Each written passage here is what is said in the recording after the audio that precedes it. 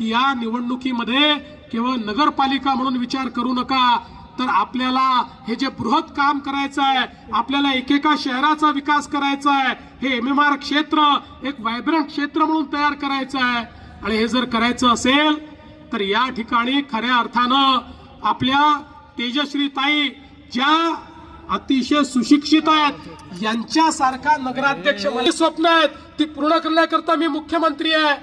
पण त्याच वेळी इथेही जर तेजश्री ताईंसारखा एक असा उमेदवार की ज्याला स्वप्न कशी पाहायची कळतात, ती पूर्ण कशी करायची ही समजतात, तशा पद्धतीचं त्या ठिकाणी ट्रेनिंग आहे, अशा पद्धतीचा जर नगराध्यक्ष मिळाला तर निश्चितपणे एक मोठं परिवर्तन आपण करू शकतो.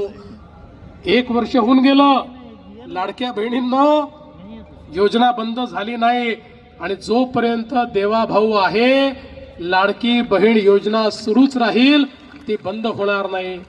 पण तेजश्री ताई, तुम्हाला माझी विनंती आहे, ही जनता तुम्हाला निवडून देणार आहे, त्यामुळे माझ्या लाडक्या बहिणींना केवळ लाडकी बहीण ठेवू नका.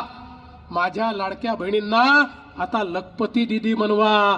आता मोदीजींनी लखपती दीदीचा कार्यक्रम दिलाय आणि आपण या 2 वर्षामध्ये 50 लाख बहिणींना लखपती दीदी केलाय. आता 1 कोटी बहिणी करणार आहोत. त्याच्यामध्ये माझ्या अंबरनाथच्या किती बहिणी असणार हे तुमच्यावर अवलंबून आहे. तुम्ही कार्यक्रम जर योग्य राबवला तर माझ्या अंबरनाथच्या बहिणी या पहिल्या क्रमांकावर असतील आणि सगळ्यात जास्त माझ्या लखपती दीदी या माझ्या अंबरनाथ मध्ये असतील. ही जबाबदारी मी तुमच्यावर देतोय.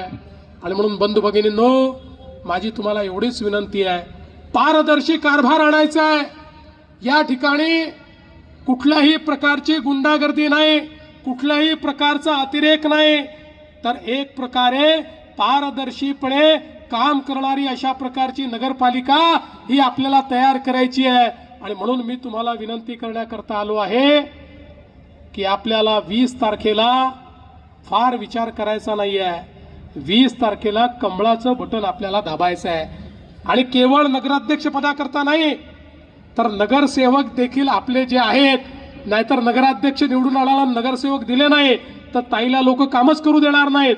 त्यामुळे नगराध्यक्ष आणि नगरसेवक असे सगळे आपले निवडून आणायचे आहेत. शहर की ताज़ा तरी खबरों के लिए हमारे YouTube चैनल को सब्सक्राइब करें.